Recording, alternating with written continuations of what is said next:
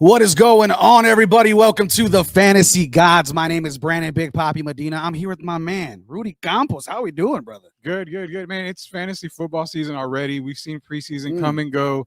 It's time to get started, brother. It's time to get started, brother. Put your money where your mouth is. Make sure you're ready to roll in every fantasy league you're at. We are live at the Mad Pecker Brewing Company right here. We are happy to be here. One of our incredible sponsors, our title sponsor. We're going to be talking with the owner, Jason, just a little bit later. They got MF Doom stuff all over the place, your sports stuff, hip-hop culture, sports culture meeting.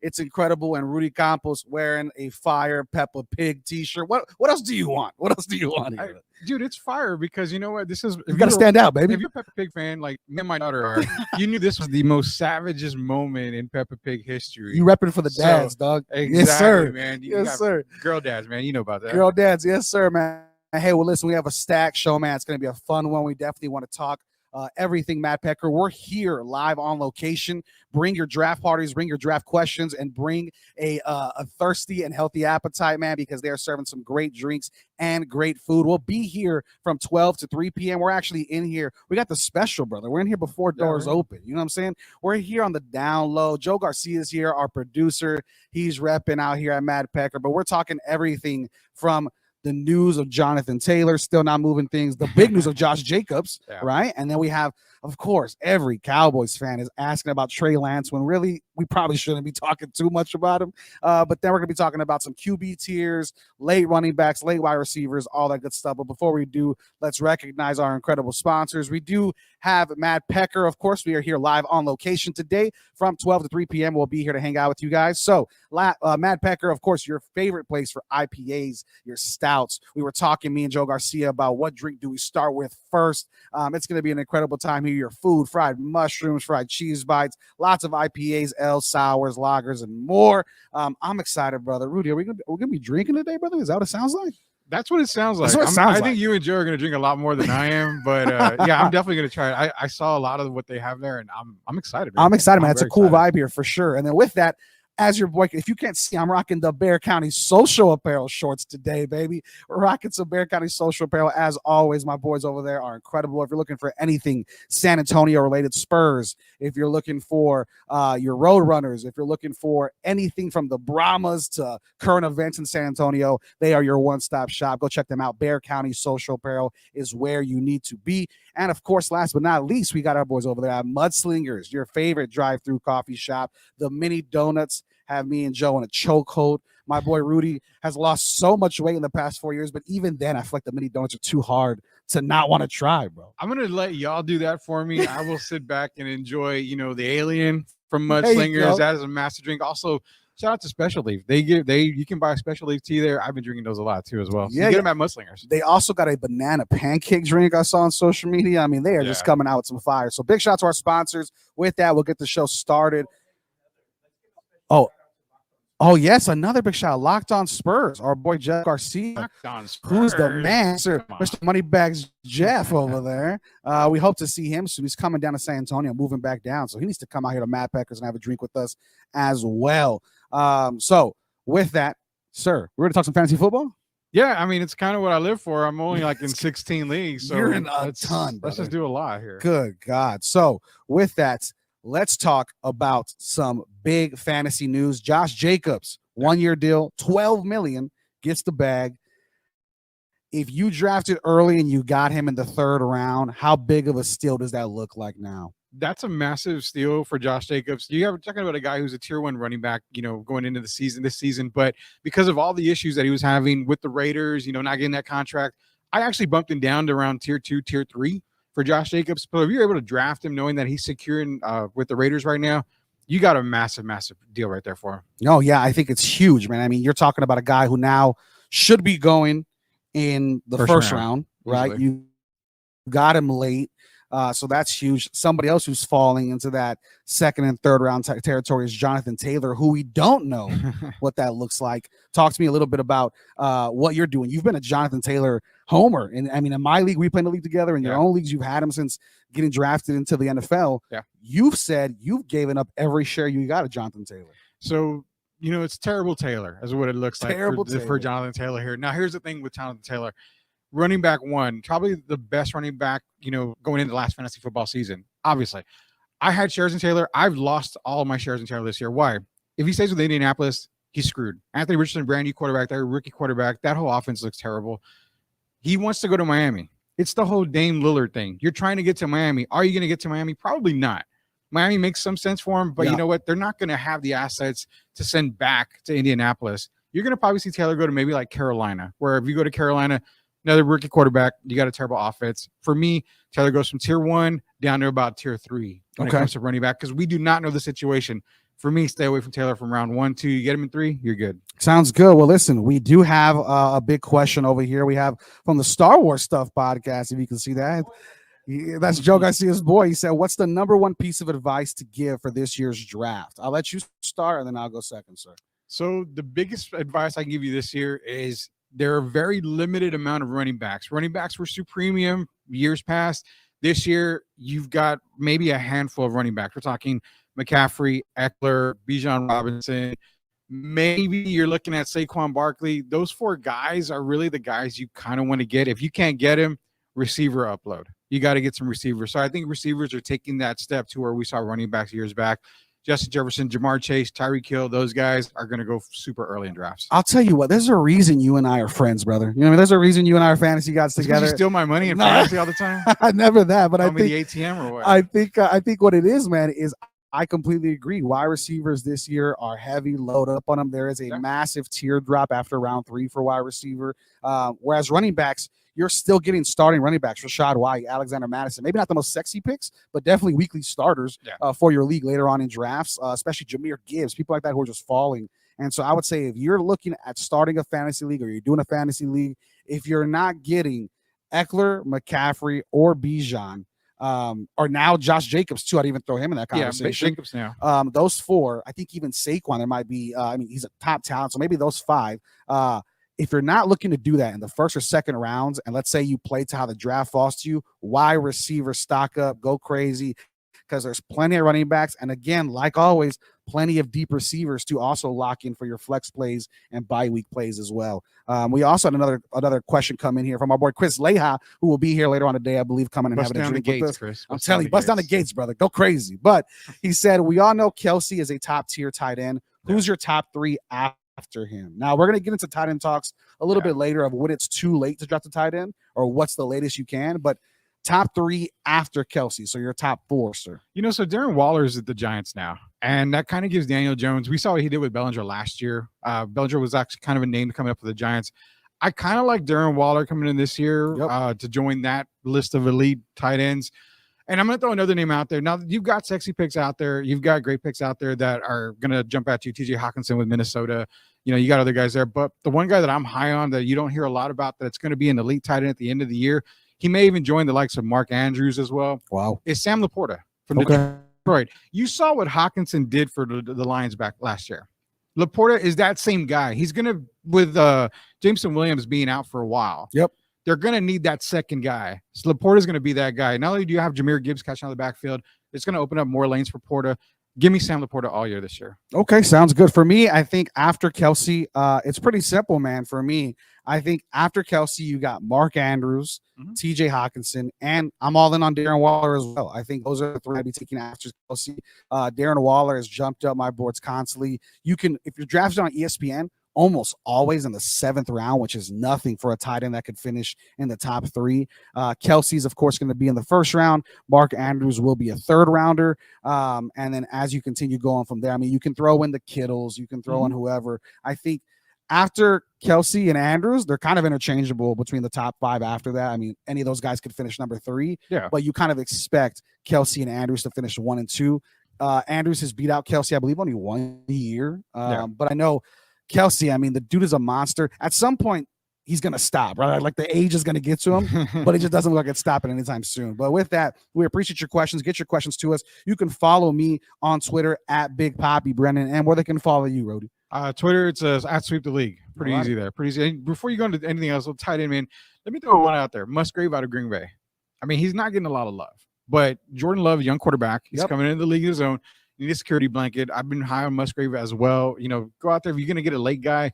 Musgrave is another guy you want to look at the tight end position. That sounds good. Well, hey, listen, we are here in Mad Pecker, and because we're here, we wanted to talk with our boy Jason of Mad Pecker. If you don't mind coming on over, Jason, our boy. We'll let you borrow one of the mics over here, man. All right. Jason, take a seat, man. We're here, Mad Pecker Brewing Company. We're finally here, man. We're here, man. You're rocking the MF Doom tee. You know I got the Doom going, man. Absolutely, man. So, if anything, we'll speak real close to the mic, brother. But tell us a little bit about what makes Mad Pecker so unique, man, and why you're excited for today. Absolutely, man. Well, first of all, it's great to be a sponsor with the Fantasy Gods, man. I mean, I'm an avid fantasy player, so this is one of those things right up my alley, right? I got to get into supporting you guys, but no, man, Mad Pecker. I mean, we're really excited for football season to start. Like COVID's coming out, man. People are starting to come out, watch the games again. So we're like gearing up, doing a lot of cool stuff, happy hours, all that, all those exciting things to come out, get people to watch the games, and then just get some of your listeners out here, man. That's absolutely, man. Absolutely. So where did the ideas start, man, for Mad Pecker? Talk to me about the name Mad Pecker, all that good stuff. We got it's a crazy story, but on the short and condensed version, man. I did a lot of this. I was in IT for about 15 years, right? Nice. I got into home brewing. I just took a passion for it, and I really got excited doing it. Decided I'm gonna open up my own spot one day, and my wife eventually just got to the point where she was like, I don't want to hear about it anymore. You need to just open this place. We're done, right? So here we are, 8 years later. Still coming out of the pandemic, but we're doing good. And just brewing beer, man. It's a community culture. Used to live in the neighborhood, so I mean, a lot of our beers are named after like the subdivisions and stuff like that. That's great, so man. That's fun, man. That's awesome. And so with that, talk to me a little bit about your favorite drinks on the menu, and then also what people don't know is there's some fire food coming out of that kitchen Big too, time, man. Scratch kitchen, man. But yeah, with the drinks, I'm a huge IPA guy, right? So gotcha. I focus a lot on brewing hazy IPAs. Whirlwind Through Citra is one that we've got on right now. It's really, really nice. But really, we brew across the spectrum. We're not like, just brewing IPAs. We brew a lot of lagers. We brew a lot of like, stouts, porters, anything, man. The only thing we don't really touch on is sours, but we have a nice guest selection of sour beers. And then you're right, man. Our food it's great bar food. It pairs well with the beer. So from our wings to our burgers, pizzas. I mean, nice. You can bring in somebody and you're going to find something for them. Nothing healthy, right? Nothing healthy here, man. It's bar food. But it is good. It's elevated. Like I said, it's all scratch food. So it is a good time. That's all. And it's comfort food. That's right. Man. It's comfort food. Right. And so with that, I know you talk about every drink also that you guys make now has a cool little hip hop name to it or names of the area around here. Was that kind of the plan going into it, or did it kind of just fall into that? It wasn't really the plan, but the one thing that I like about being when you own your own business, right? I mean, you can kind of do the things that you want to do, and people kind of gravitated towards once we started doing a lot of like the hip hop themed beers, which for me is a big thing because I'm a huge hip hop hit.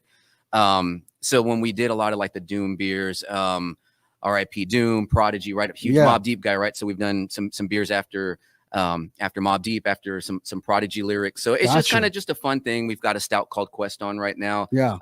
That's an old homebrew, right? I mean, but it's just been one of those things that's carried over. That's awesome. It's just fun to do. And a beer name is a beer name, right? But ultimately the liquid inside that glass is what we focus on. And that's where we put the quality in there, right? And then we just put a cool name behind it. And ready to go. It becomes something great, man. Yeah, that's awesome. Well, hey, we're gonna be here with the Fantasy Guys. Our boy Jason is here. We're gonna be here from 12 to 3 p.m. Come through, have a drink, grab some food. Good stuff. It's gonna be a fun time, and we're gonna be here helping out with all your drafts, fantasy advice. We're gonna have a live draft going for one of our listeners, and also doing one of our own. So it's gonna be a fun time. 12 to 3 p.m. here at Mad Brew.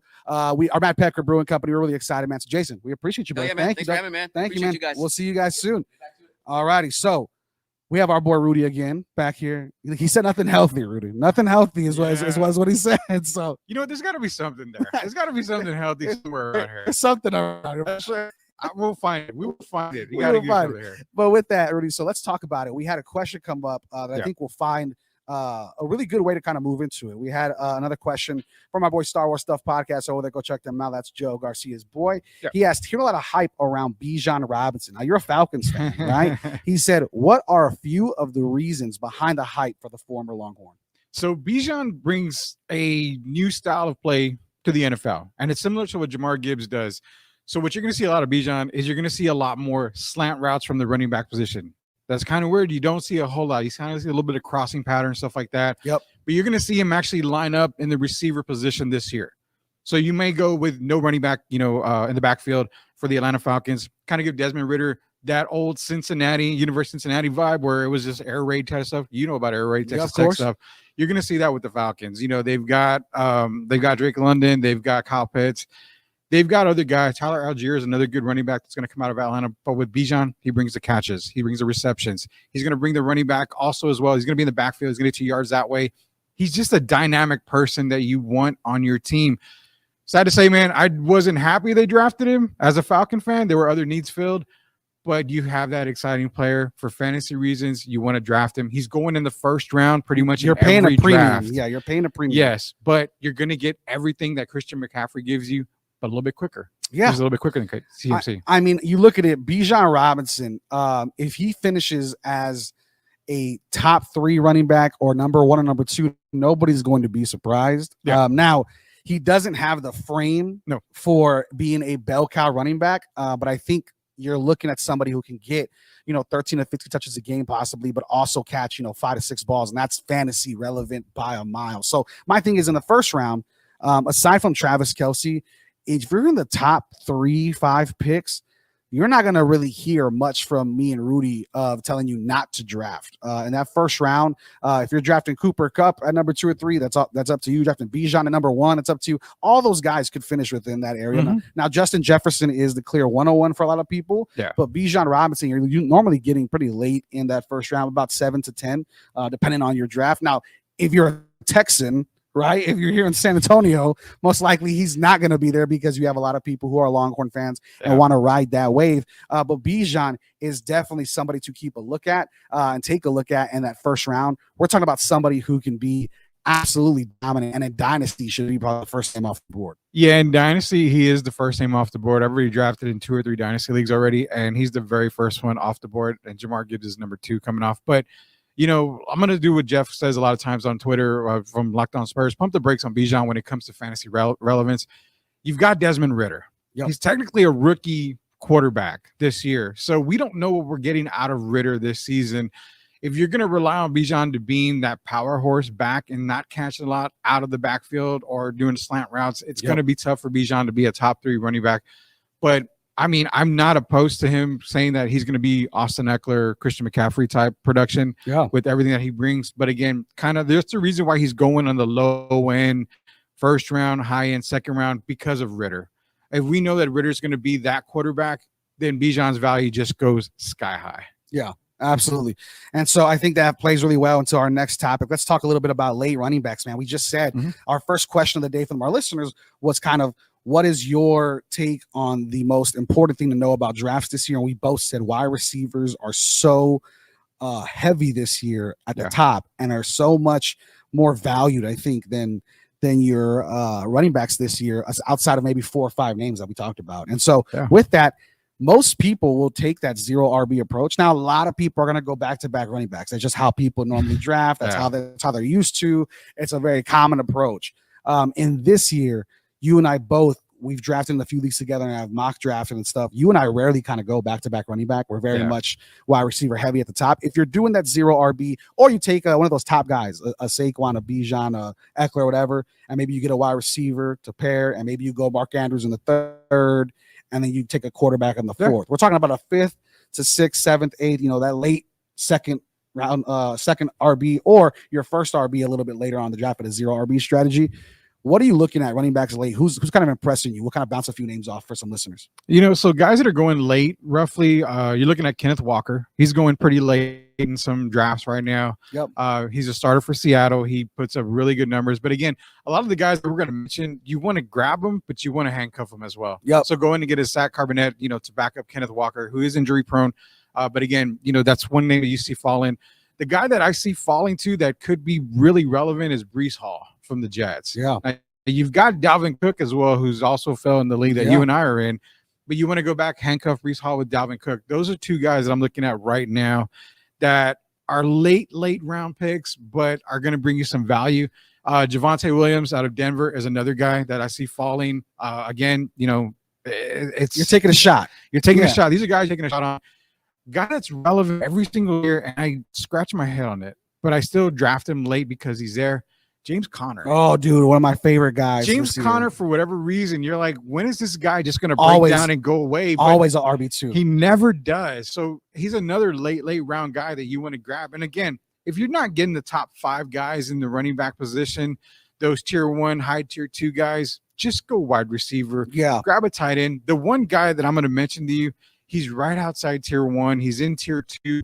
And it's sad that I'm saying that, is Derrick Henry. He's falling. He's falling like crazy. He's falling like crazy. But if you get Derrick in the 2nd round, early 3rd, you have just pulled off a great move, because Derrick Henry is still going to be that power back.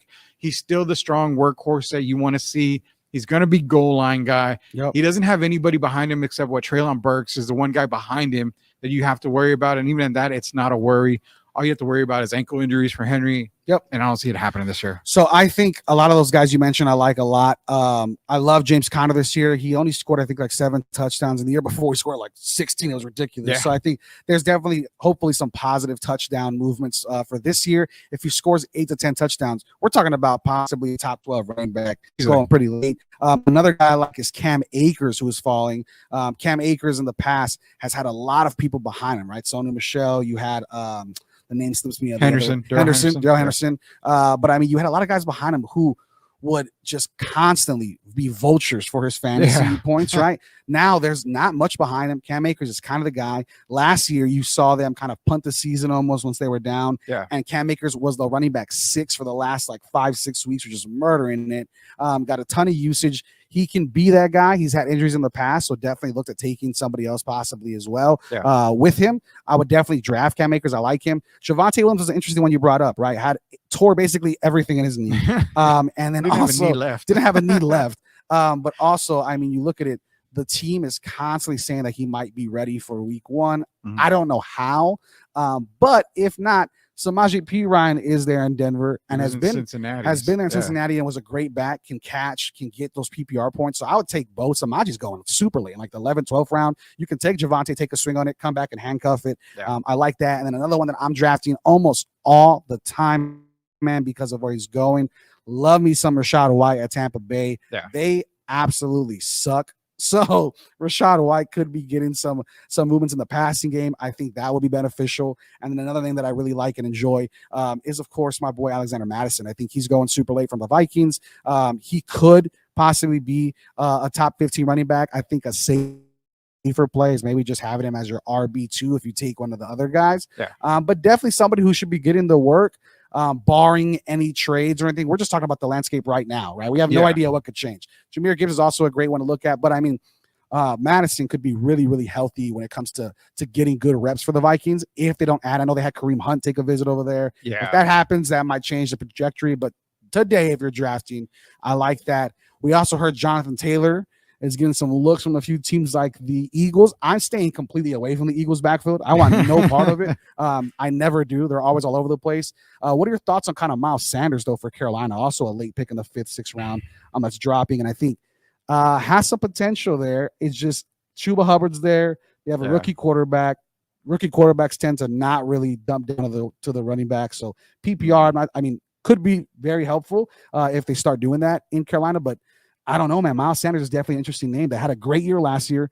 Is one of those guys similar to James Conner that is going to give you headaches and also win you some weeks.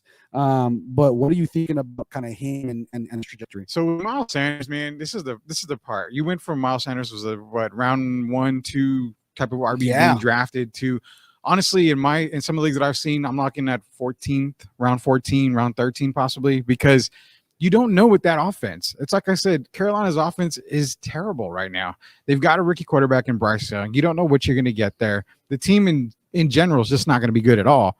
So what value does Miles Sanders bring to you? If they're going to stack the box, he's not going to be a great running back. Is Bryce Young going to be able to get the ball to him in the backfield, make slant routes or anything like that? We don't know. I mean, screen passes, but that offensive line in general too is terrible too. So that's why I'm completely staying away from Miles Sanders. That is one running back who is a big name that I am just completely off the board with. He's not on any boards that I have. I can give you, 500 guys on my draft board, and he's not one of them. Yeah, I mean, right now, compared to the ESPN draft trends, I mean, right now, he's going in the 6th round. I'm talking about a guy who was in the 1st round just a few years ago. He's going behind James Conners and Rachaad White's. right before Alexander Madison's. You also have the James Cooks of the world in Buffalo. If they don't add anybody, could be somebody to take a shot on. Yeah. Stuff like that. So, but a guy going behind all of those is Cam Akers and also Isaiah Pacheco, who might be interesting for the Kansas City Chiefs. So I like that as well. Let's talk a little bit about late wide receivers. Best ball redraft, stuff like that. That could be fantasy flex plays. Somebody I think who's getting disrespected in leagues constantly, and it happens every year, man. It's death, taxes, and Seattle Seahawks wide receivers getting disrespected. Tyler Lockett is going pretty late, man. What are your thoughts on Tyler Lockett and how he trajects as a wide receiver? I mean, somebody who finished in the top, I think 16 last year and is going to like round 4, 5, 6 this year. So with Tyler Lockett, you worry about injuries all the time with Tyler Lockett. And you know what? Tyler Lockett has gone from that productive and that really good type of receiver to someone who is kind of bang or bust type thing. It's boom or bust with Tyler Lockett. DK Metcalf is that guy, but what hurts Tyler Lockett the most coming into this season is once you get Jackson Smith and Jigba back. That's going to hurt Tyler Lockett.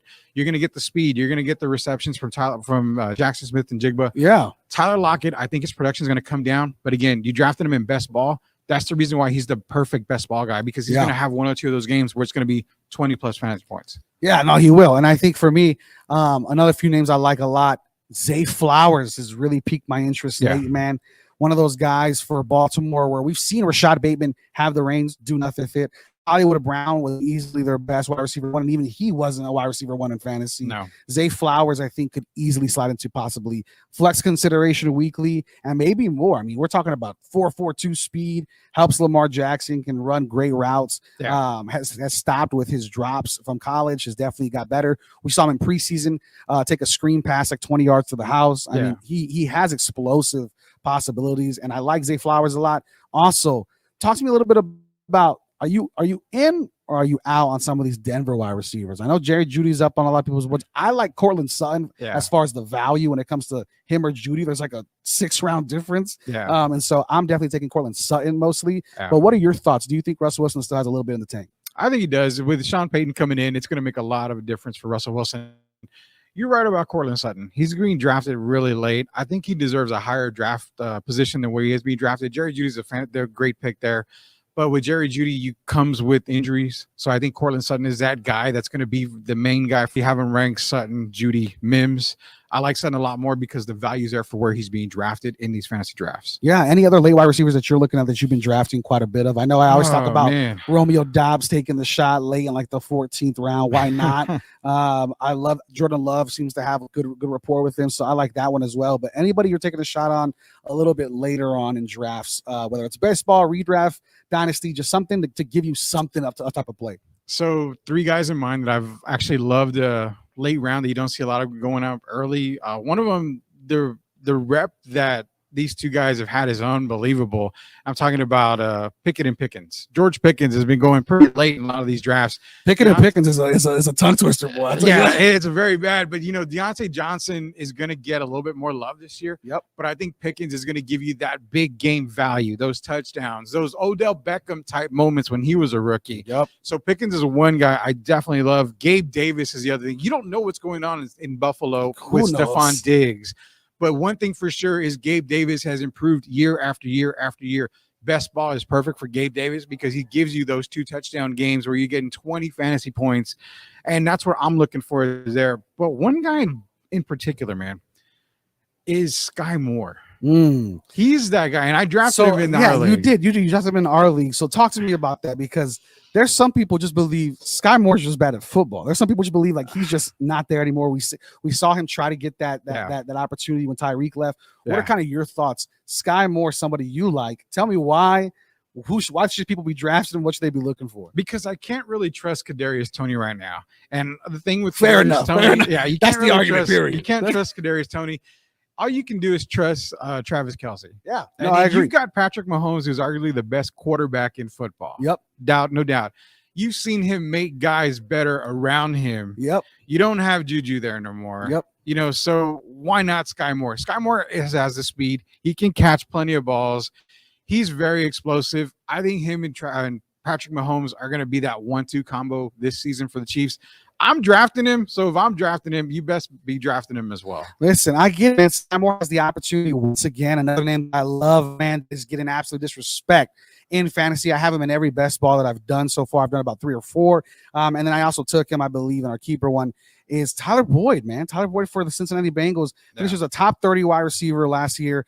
When it comes to the best ball format, if Jamar goes down, if T. Higgins goes down, we're talking about somebody who easily slots in as a wide receiver 2, slots in as a weekly flex, if not your wide receiver 2 when it comes to certain formats. Yeah. I think he's going to be absolutely somebody to look at, and he's going super late. You're talking right when you're looking at defense and kickers. Yeah. Why not take a shot on somebody in a great offense, right? Yeah.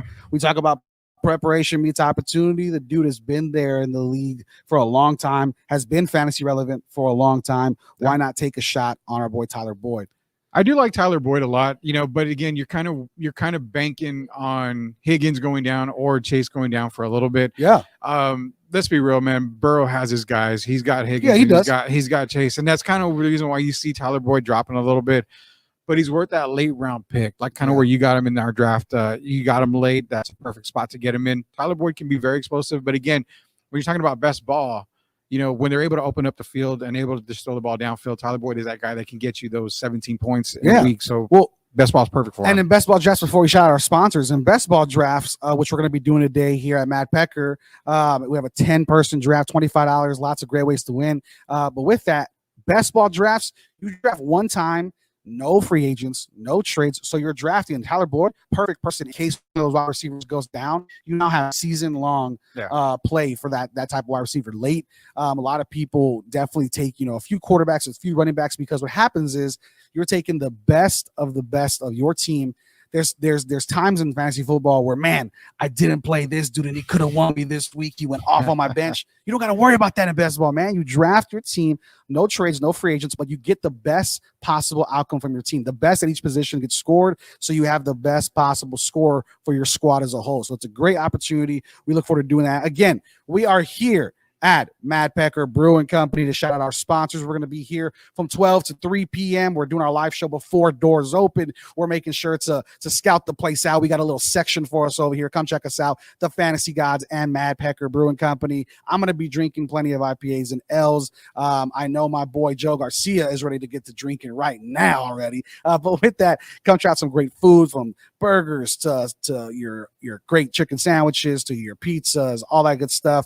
It's going to be a fun time here at Mad Pecker Brewing. IPAs, L's, lagers, sours, and more. It's going to be a great time here at Mad Pecker Brewing on Tesla Road. Come check us out, 12 to 3 p.m. We will be here live.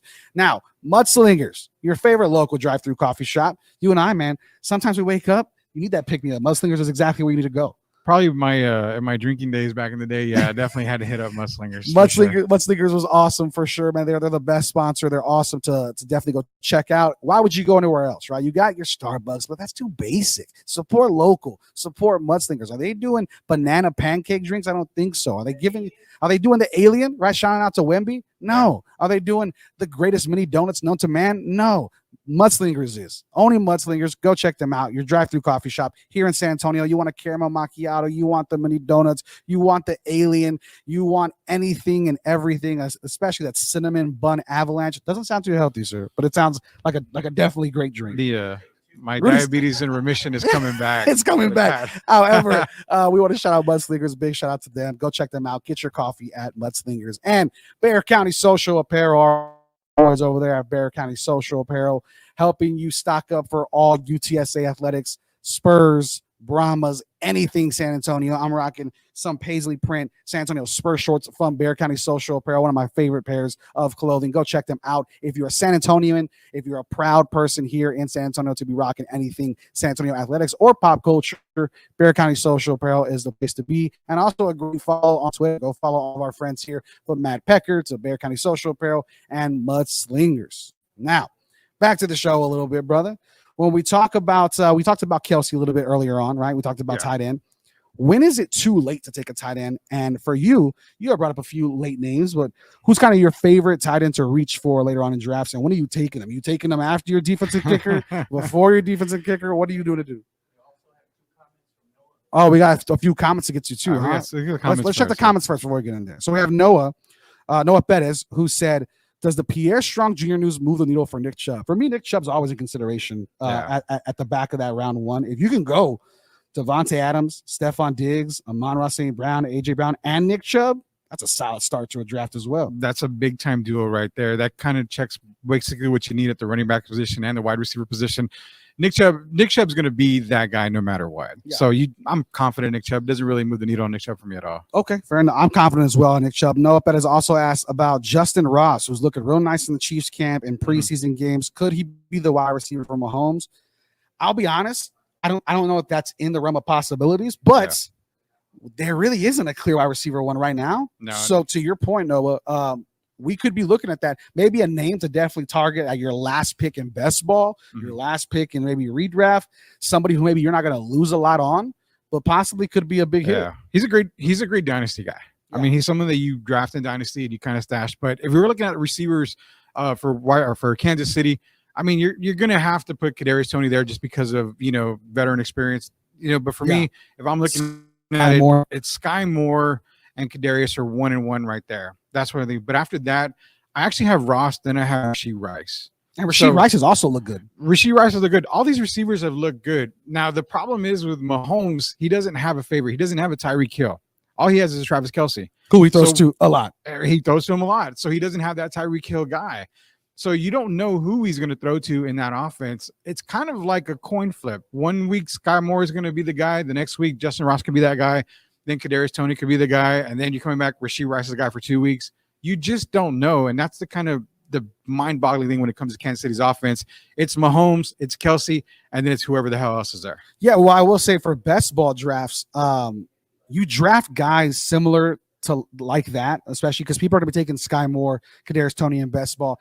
If you have that last pick, why not take a shot Justin Ross? Where if he has a game where he goes 2 for 70 a touchdown, I mean, you're talking about maybe a week winner for best ball drafts when they're tallying up that week. I mean, you definitely want people to be explosive, and when you have somebody like that who can be explosive, I'm definitely looking at it now that you bring it up. When it comes to best ball drafts, I think it could be a possibility, and you want people like that take a swing on a little bit. Yeah, because it works for bye weeks too. Yes, I mean you could have Jamar Chase, and he's on a bye week, but yet you have Justin Ross or Rashee Rice there, and they go get you 8-9 points. Well, instead of the 0 you got 9 points, which makes a whole difference in best ball. Yeah. So with that, let's talk a little bit now about tight ends, sir. So we had talked about Kelce, all that good stuff. When it comes to tight ends, when is it too late to take a tight end? And what tight ends are kind of you targeting late? So normally, just personal experience, unless I'm in the first, second round, late in the first round, I would look at Kelce there. Second round, if I'm drafting late in second round, if you still see Andrews there, I wouldn't mind taking those guys there. But normally, I don't look till after. God, if we're talking 16 rounds, I'm talking maybe round 13, 14 is when I'm looking at a tight end. Well, yeah, one of our boys in my keeper league do a Mark Andrews and Travis Kelce. Yeah. And we were like, what is going on? I don't know what's happening. I wouldn't do that maybe, but hey, if you trust there are some guys that you just want to draft the tight end position because now they're receivers. I mean, Travis Kelce's a receiver technically. Well, and those onesie positions are super important because Travis Kelce in many years has been the number one by a mile, not even close. We're talking about like 100-point difference. So remember Tony Gonzales? Yeah, Tony Gonzales, Antonio Gates, guys like these are like, if you hit on them and they are great for you, you are ahead in that league by a mile at that position. Yeah, exactly. And a guy that drops a lot now is George Kittle. I mean, he's dropping a whole lot in leagues. 6th round, 5th round, 7th round. He's going to be productive with Brock Purdy. We're not going to lie, but is he going to give you Travis Kelce numbers? It's a lot of mouths to feed. You, Debo, McCaffrey. Exactly. There's just too much there to go around. But then you look at late guys. I was able to grab Tyler Higbee, I think, in the 14th round. Yeah, he's one of my favorite. I mean, if you're completely punting the position and you're like, I don't give a shit who I Tyler Higbee is a safe bet to be a top 10 tight end for no other reason besides he just is that dude for Matthew Stafford sometimes. It's a check down. He's not going to give you a league-winning performance. He's not going to give you 30 points, but he's going to give you 8 to 15 every single week pretty much. He's going to give you what you want out of the tight end position if you're not Travis Kelce, if you're not Mark Andrews. He finished as the number 6 tight end last year, and he gets still disrespecting this going as like tight end 15 this year. Yeah. So definitely a late one. I like. Good choice. David Njoku is a surprising one. He's going to have a good rep with Deshaun Watson. He's going to have a make or break for David Njoku. I feel like we always talk about him as possible breakouts. The athleticism is there. The target share is there. Yeah. We haven't seen him play a full season, obviously. Yeah. Could that be a change? I like that one too. Yeah, Njoku is good. I think with Watson, it's going to be real beneficial for David Njoku. I mean, of course, he's got Amari Cooper there, and he's got Elijah Moore as well to compete with. But where Njoku is going to make the difference is in the end zone, in the red zone. I'm sorry. So you're going to see a lot more, if not Nick Chubb, you're going to see a lot more, back of the end zone type passes for Njoku, where Watson is way better at quarterback than obviously Baker Mayfield was back in the day for the Cleveland Browns. But another guy to keep in mind too, who's kind of going late, that I like a lot, and I've talked about him with you a lot, is Greg Dulcich from Denver. Russell Wilson, I mean, he likes to spread the ball around. And with that receiving core, if you don't know if you're going to get an injured Jerry Jeudy, an injured Cortland Sutton, Dulcich's going to be the guy. And he's not just a red zone guy. He's a downfield guy. Yep. So he's going to get you that 30-yard pass, that catch for 30, 35 yards. He's going to be in the end zone. He's going to make a difference. I feel like Dulcich's going to be within the top 15 at the end of the year. He's going to be one of those fantasy guys that's going to be relevant. He can help you win that title. Look for him late in drafts because he's actually going undrafted in a lot of drafts. He's going undrafted in a ton of drafts. And I think also Russell Wilson likes the tight end position. We've seen that before. Yeah. And I think he's almost like a great value George Kittle. Has the athleticism, can go and get you some points. I think he has the potential to even be a top 10 tight end at the end of the year, only because that position sometimes is not the most heavy scoring. So maybe a few big weeks keeps him in that conversation. Yeah. But yeah, I think with Judy's injury, Cortland Sutton's injuries in the past, Javonte Williams' injuries in the past, it's pretty wide open for Greg Dulcich to be utilized pretty well. And also Sean Payton loves tight ends like Taysom Hill and athletic tight ends. He loves putting them out in crazy ways. I heard an interview that he said he's going to be kind of a really special player for them and utilized in different ways. So I like Greg Dulcich a lot, actually, when it comes to maybe drafting late for best ball or just waiting to see a week and maybe picking him up on your waiver wire, your redraft leagues. Another one that I really, really like, of course, we talked about Darren Waller. He's not going super late. That's on the 7th. But a later one that I really enjoy, I think, who's also going undrafted in a lot, Cole Kmet, man. He had a great year, got a good contract. Justin Fields hopefully gets better as a passer. Now you got DJ Moore now. Right. But aside from DJ Moore, are we really scared of Darnell Mooney and Chase Claypool? They haven't done much for us in a long, long time. So I feel like Cole Kmet, for somebody who doesn't have maybe the best deep ball in Justin Fields, is a very good safety blanket to have. He's going to give you very good numbers. Finished as a top guy last year. Got a great contract. Had a lot of touchdowns, actually. That might come down a little bit. But I know Cole Kmet's somebody I'm looking at when it comes to tight ends. And then finally, somebody who I love, dude, and I got him in our league. I have him to this guy. There's guys who you just constantly draft for whatever reason. They just always pop up on your team. I am in 7 leagues so far. In 6 of them, that's it. I have Pat Freiermuth. Oh yeah, Muth constantly. Yeah, I mean, Pat Freiermuth is going super late. Finishes a top 7 tight end last year. I'm getting them in like the 10th, 11th round all the time.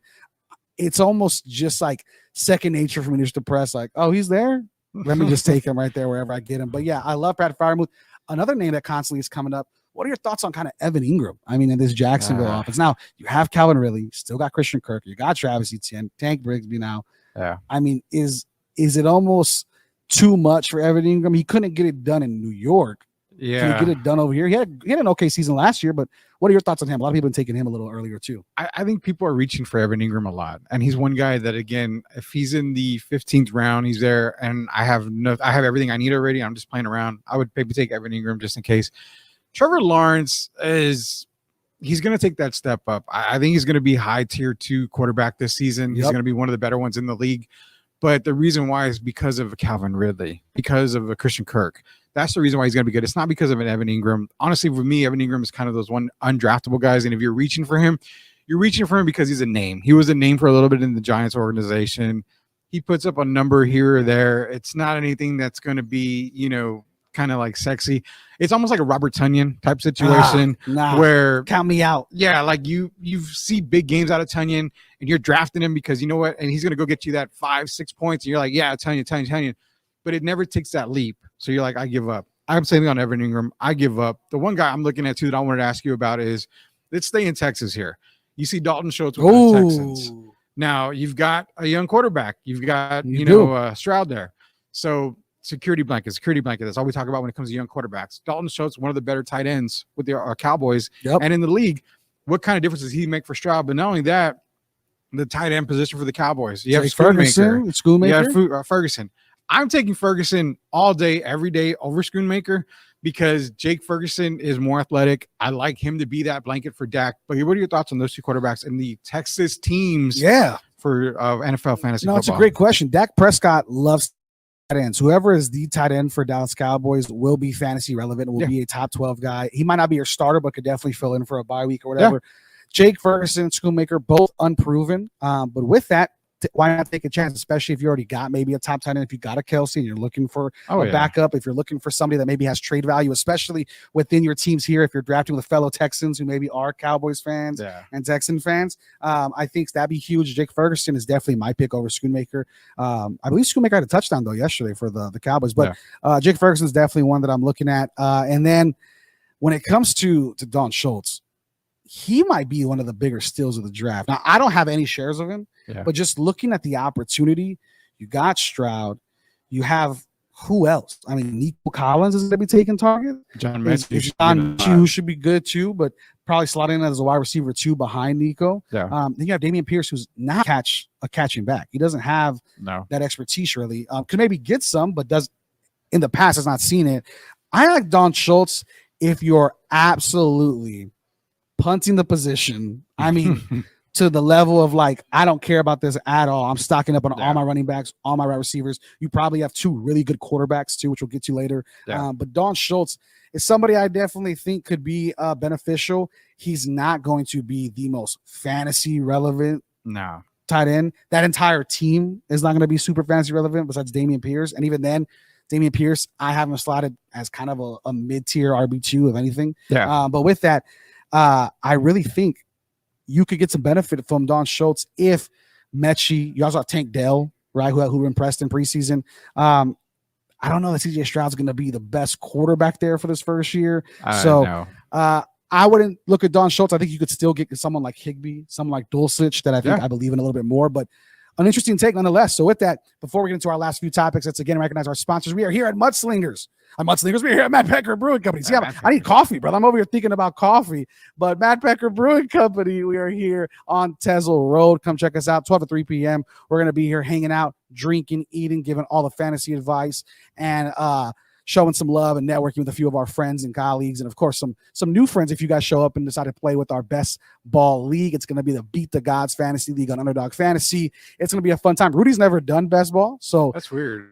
So every other league. So I mean, you got kind of an up on a fantasy god here, and maybe he's going to take a few chances in there too. So that's going to be interesting. But that's going to be 10 spots. Me and Rudy have already filled 2 of them, so we got 8 more left. Come through at Mad Pecker Brewing Company from 12 to 3 p.m. And because my mind's already there, I already said it. I'm already going crazy over here. I might need a coffee, and I might need to slide through Mudslingers drive-through coffee shop. Mudslingers is your place for everything coffee, mini donuts, the alien, the banana pancake drink. I mean, you look at a caramel macchiato, you're looking at the cinnamon avalanche. I mean, just constant, incredible drinks over there at Mudslingers. Go support them. Go grab your coffee. Don't go anywhere else, man. Starbucks is overplayed now, brother. Go check out Starbucks in a while. Go check out Mudslingers. That's where it's at now if you're in San Antonio. And then finally, Bexar County Social Apparel, our boys. They are constantly putting out incredible products, incredible content on Twitter and social media. They're putting out everything from Wemby to Guadalupe, that is a necessity of a t-shirt, to these incredible shorts. I got these Paisley San Antonio Spurs shorts. If you're a Spurs fan, if you're a UTSA fan, if you are a Brahmas fan, or you just love San Antonio pop culture, Bexar County Social Apparel is where you got to go. It is the best spot for all things San Antonio. So we got a few more minutes left on the show, man. I want to ask you a question. We'll get some more comments. Let's check it out. We got a few comments here.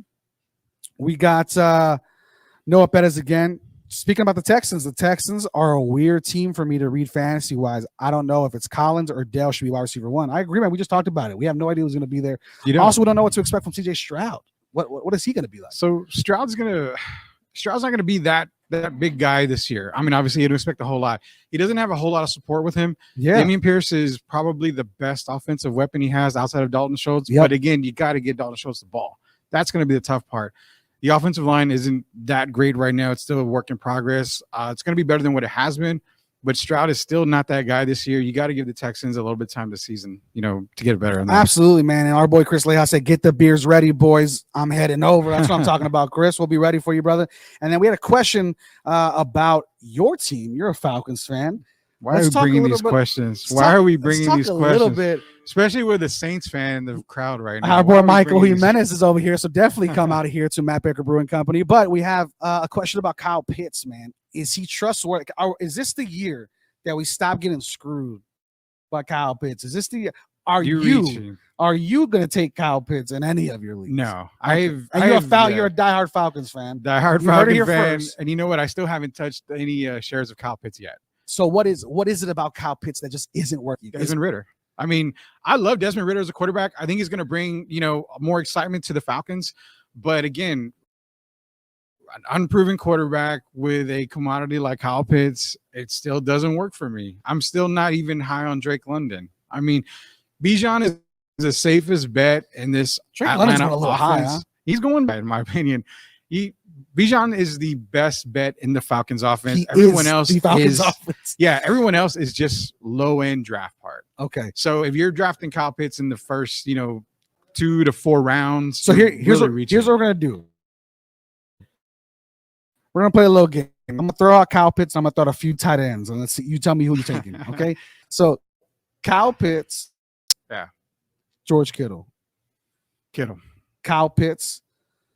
And let's say Darren Waller. Probably going Waller. Okay. Yeah. Now let's get late. Let's get a little crazy now. All right. Kyle Pitts. Shit, no. Kyle Pitts, Tyler Higbee. We're talking about like a 4-round difference. Higbee. So you would wait the 4 rounds. Stafford uses that tight end position a whole lot more. And I think Ritter's, it's going to be a little bit tougher because you're going to have a lot of guys. A lot of linebackers are going to be keen in on Kyle Pitts. Fantasy players, take notes. Just because you love your team does not mean your team is good for your fantasy squad. So, I mean, look at our boy over here. Stay away from Cowboys. Diehard Falcons. Stay away from, except CeeDee Lamb and Tony Pollard. You got to get him the ball, right? But, so stay away from him. Okay, listen. This is where we're going. This is where we're going to finish with. Let's talk about quarterbacks here, right? All right. Where does kind of your tier break in your top quarterbacks? Is it Jalen Hurts, those kind of 3, Mahomes, Allen, Hurts, or what are your team break off? So with me and quarterback positions, a lot of it has to do with scoring. I mean, if you got quarterbacks, if you're scoring quarterbacks at 6 points for a touchdown, obviously different game. You've got Mahomes. Well, let's do a basic 4 points. Yeah. Mahomes is tier 1, and then you've got tier 1, which is Josh Allen, which is right at the bottom of tier 1. There's a big separation for me between those two guys.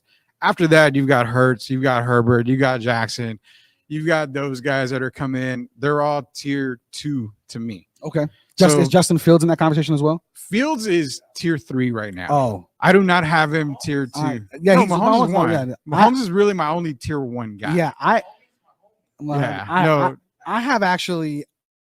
I had Justin Fields. Are you buying Justin Fields property because of the preseason? Because you can throw a 5-yard screen pass? No, I'm buying Justin Fields because he was a top 6 quarterback last year in that 4-point trajectory. So for me, Justin Fields has massive upside. If we're talking about a Herbert, somebody who finished outside of some bad games and some injuries, and then you talk about Lamar Jackson, who I believe in 4-point. Go test me on it, please. I want to say Lamar Jackson was like quarterback 14, something crazy. I mean, Geno Smith was quarterback 5. So that tells you how crazy that year was. But I mean, I like Lamar. I like Justin Herbert. I like all the guys in your tier 2. I just have Justin Fields stock in a lot of my teams. And I just think he's almost to me kind of a great value Jalen Hurts. He can run with the ball. He's going to give you some solid rushing. He can give you some touchdowns on the ground. But what happens when you stop the rush? That's the thing. You now have DJ Moore. I have no idea how much DJ Moore helps. Cole Kmet got a new contract. Khalil Herbert now catching the ball, which we've never seen. I'm in on Justin Fields, but if you're looking at a 6-point score, I mean, Justin Herbert by a mile over Justin Fields. Oh, yeah. You're going to get that 4 to 5 touchdowns a game from Herbert. So with that, as we kind of come to a conclusion, let's kind of look at that back half, right? If you're not taking those quarterbacks, right? So give me your top 6 quarterbacks real quick that you can kind of name off, kind of rattle off, just so overall, just quarterbacks that you probably are targeting for your teams. Give me like 6. So for me, it's obviously Mahomes 1, Josh Allen, Herbert. Okay, we're talking Mahomes, Allen, Herbert, Jackson, Hurts. Hurts is another one. And then if you're going like that 6th guy, it's kind of hard for me, man. I wouldn't go with Dak. Okay. I don't go with that at all. And I'm saying Justin Fields, but that's me. I don't. Justin Fields to me is once you load the box and you stop him from running, can he get it 15 yards down? No, you haven't seen you have not seen the consistency. Right. Well, you are Joe Burrow, right? You have guys like that. Okay, Burrow would probably be that sixth guy to me. Okay. And that's where I'm thinking, okay, that's where I cut it off there. But with Burrow, I'm worried about the offensive line. Right. He's him standing up, correctly throughout the game. Right. It's good. Call me crazy, call me, whatever you want. But there's a guy that can finish, and Aaron Rodgers is another guy you got to consider. Right. But there's a guy. No, Josh Allen's there. Yeah, Josh Allen's there's a guy that I'm going to consider, and he's going to love this here. Is actually Derek Carr. I am actually looking at him because he's so gross, bro. He's so nasty. No, he's going so late in drafts. Yeah, he is. That I've drafted him in a couple of leagues already. According to ESPN's live draft trends, he's going after Kenny Pickett. Yeah. So I mean, as the number 20 quarterback off the board. So if you've got, remember what I told you. You got Michael Thomas there, who's not going to be Michael Thomas, but he's going to be relevant in some cases, right? Especially in the end zone. Chris Olave, you're going to get Kamara back. Yep. So you've got more weapons in New Orleans than Carr has had anywhere. I'm telling you. You can't really say Taysom Hill. You're not going to climb up that hill at all. So what about Jamal is another one? Yeah. What about late round quarterbacks? Somebody that I like, right, a lot, just because of what we saw last year, and not much has changed. If anything, the offensive line's got better. He's got more weapons for sure. If you're punting the position and you don't get those top 6 guys, right? You're just stocking up running backs, wide receiver heavy. You're stocking them all up. Yeah. Late. I'm talking about late after Dak, after Aaron Rodgers, after Tua, after Daniel Jones. Could you look back at Geno Smith and say, hey, let's run it back year 2? You finished quarterback 5. Could he not give us a quarterback 10? He was running. He was throwing. Tyler Lockett and DK Metcalf loved it. He looked great. Could you not run it back with Geno Smith and say, hey, I'm the last one to take a quarterback? You can. What happened? You can, but the problem with Geno Smith, see, this is what a lot of people don't realize in football, not fantasy, but it's football in general. You have a quarterback that has a great year. Defense quarters didn't scheme for him. No, now you get a whole off season, and that's the reason why I said Justin Fields. I'm not high because now they know if we stop him from running, right? Can you beat us with your arm? Majority of the people will say no. Right. That's why I'm not high on Fields. But then again, same thing with Geno Smith. You saw what Geno did for an entire year. You could not scheme against that. Are you taking the shot on Anthony Richardson as maybe a QB2? Oh, God, Anthony Richardson is terrible. I mean, as QB2 could be RB1 if Jonathan Taylor is not. No, dude. I mean, Anthony Richardson is Popsky fast to run this. Like, you do not take a chance on Anthony Richardson. What about? And here's the name that I like a lot as my quarterback 2, not my quarterback 1, but somebody I'm drafting maybe as a backup to fill in. Russell Wilson again going late. I mean, he's a guy who was a top 10 guy for almost a decade, and now he's going as quarterback 17 off the board. I mean, why would you not take a chance on someone like that? He's got the weapons around him. Well, and one bad season has really skewed his fantasy outlook. But before last season, what was he, a top 8 quarterback off the board? I mean, now he's 17. But you see what a bad season / bad offseason does for you. Look at Jonathan Taylor. Yeah. I mean, look at Josh Jacobs. I mean, they dropping all these things. But one guy that you cannot forget before we go, you cannot forget this guy. Draft him if he's available. That's Jared Goff. Don't great sleep season last year on Jared Goff. He's got the same weapons coming back. He's got Jahmyr Gibbs. I'm like, you got to roll with Jared Goff. I think Detroit is actually that team in that division too. So you got to roll with them. It's going to be great, man. Fantasy football is going to be nothing. We are here to help guide you through all of it. We are here. Oh, it looks like Mudslingers is in the comments as well real quick before we go. Yeah, caffeinated and ready to go. If you need caffeine, go ahead on Mudslingers. And if you need a drink, come to Mad Pecker Brewing Company. We are here from 12 to 3 p.m. We are going to be talking everything fantasy. We have some people lining up already to start drafting. We're going to be doing our live draft with listeners and more. 12 to 3 p.m. Mad Pecker Brewing Company here on Tesla Road. That's going to do it, man. Anything you want to say to fantasy football players drafting this today, next weekend? What are the outlooks looking like, man? Are you excited for the season? I'm very excited. I've still got another 10 well, leagues. You're in like 30 leagues. So, you're ridiculous. It's getting ridiculous. But you know what? Do you have money for bills, brother? I mean, this is where I hit up the bank. Tight. I hit up the bank for that loan. Yeah. Do a remortgage on the house or something. Good something God. like that. I'll tell you what though. As the season starts, for all you degenerates out there, We're talking gambling starting next week, baby, because your boy is definitely betting the mortgage. And we'll see what happens. Hey, college isn't for everybody. My daughter doesn't need to go. You know what I mean? So I'm just saying it might be trade school for Ileana, but I mean, looking at it, we're going to be definitely be talking about betting, gambling all next week and moving forward in the fantasy gods. We're going to be here to help guide you for not only draft day, but also throughout the year in your leagues. So thank you for joining. I am Brandon Big Papi Medina. Boy, Rudy Campos, Joe Garcia, the best producer in the world. Come through, Mad Peckers, a special guest, an acquired taste in the building already. So definitely come through, say hello, grab a drink. We'll see you 12 to 3 p.m. Mad Pecker Brewing Company, Tesla Road, and the Fantasy Gods. We'll see you soon. Thank you, guys.